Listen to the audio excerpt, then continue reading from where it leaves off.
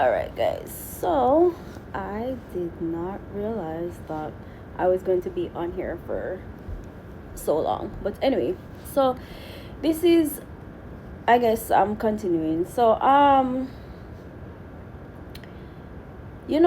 I was saying, because where I used to work overtime just to keep people from leaving. Like, and again, this is not just about romantic, this is about every kind of relationship in my life, right?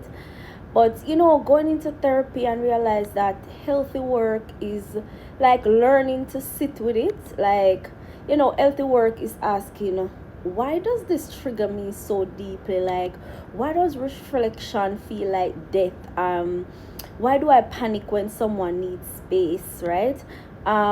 Sometimes it's just not about today or your current situation or the person that you're currently with. It has nothing to do with them. It's about that little girl, right? That little 8-year-old, that little 10-year-old, or that teenager who like felt misunderstood.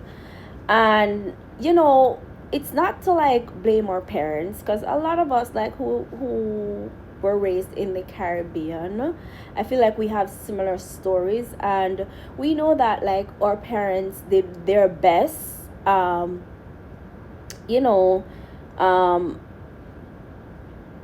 to raise us. They did the best they could with the tools that they have. And if we're being honest, like a lot of the tools that we have today, they did not have them. And so they really tried their best to do that. So it's not like to fault them, but two things can be true at once. They loved you, but you can still develop wounds, right?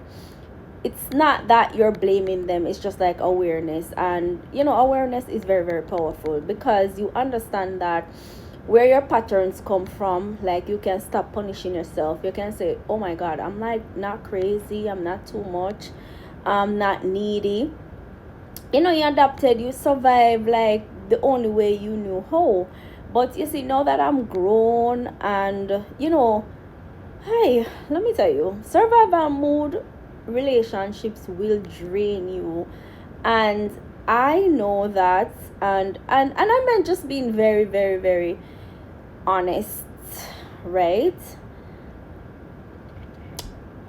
Trust me, I have drained some people mentally and emotionally, because I remember like being in relationships, and when someone doesn't text back, oh my god, like my mind would just like spiral, right? Just really spiral. And I'd be like so confused, so frustrated. I'll be like looking at my phone every 2 seconds, like, why are they not calling me back? Why are they not texting me back?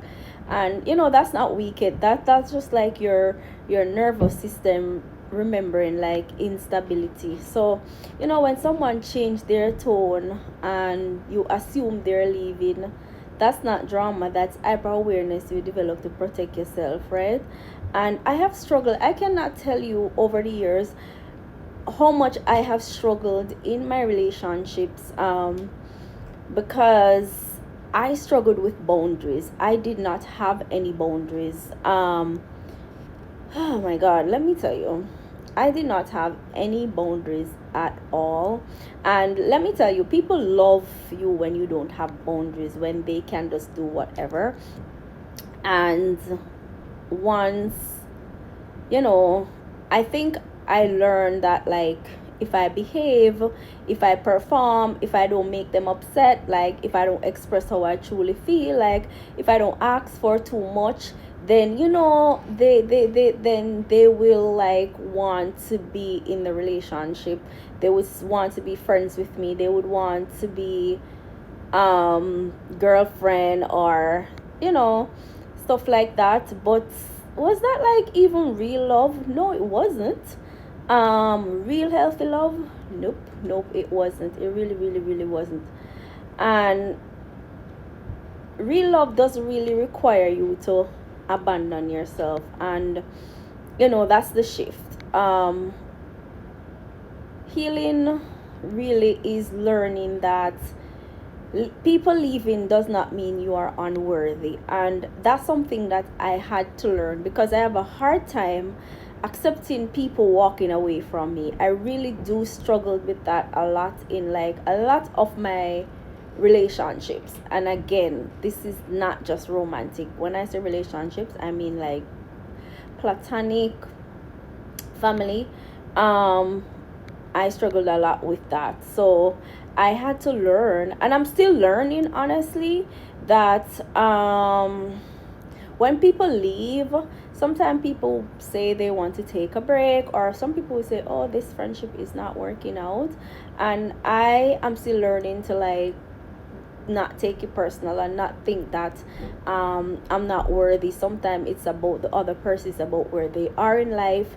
And healing is like understanding like rejection is sometimes also about the other person and not so much about you.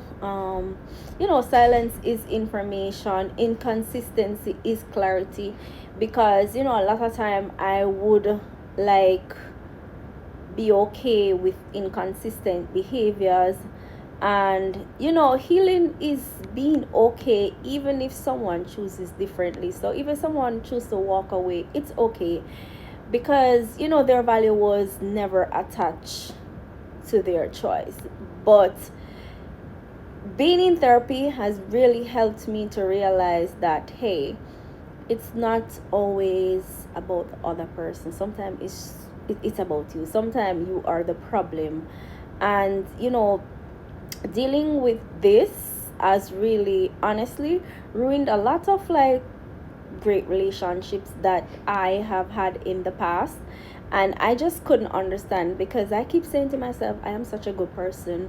Like I love hard, I give, I just couldn't understand like why I did these things. And you know I think two things also can be true. Like you can be a good person, you can have pure intentions for people, but you can be draining at times. And I feel like there were a lot of times where I have been draining. And to be honest, like, who wants to deal with that? Nobody wants to deal with someone who like consistently drain their energy, and it's just like being too much. So I feel like I always wanted the attention. Like I always want to, I want the person to like, I want to be talking every single, like every time I call or text, listen, you need to pick up the phone, or you need to call me right back, or you need me to text right away. Or like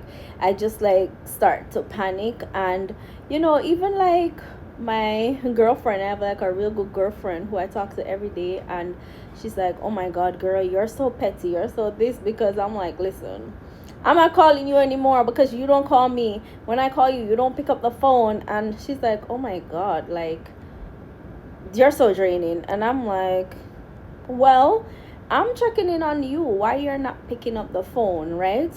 And therapy, especially in this season, really has helped me. I know it is like really easier said than done, especially if like people have repeatedly left your life, like friends, partners, family. After a while I start to internalize, and I'm like, what is wrong with me? Like, but sometimes nothing is wrong with you. Sometimes you were just taught to attach to emotionally available people.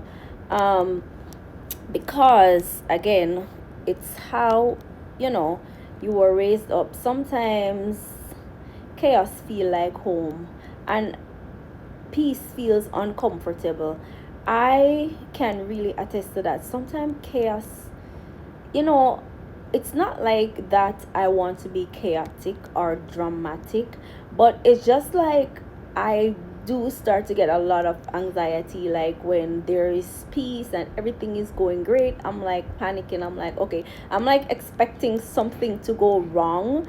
And I'm always like looking. Sometimes I feel like I just can't be truly happy because I'm like constantly worried about okay, something is going to go wrong, and is this person going to leave this time? And okay, like a lot of things, a lot of what I did in the past was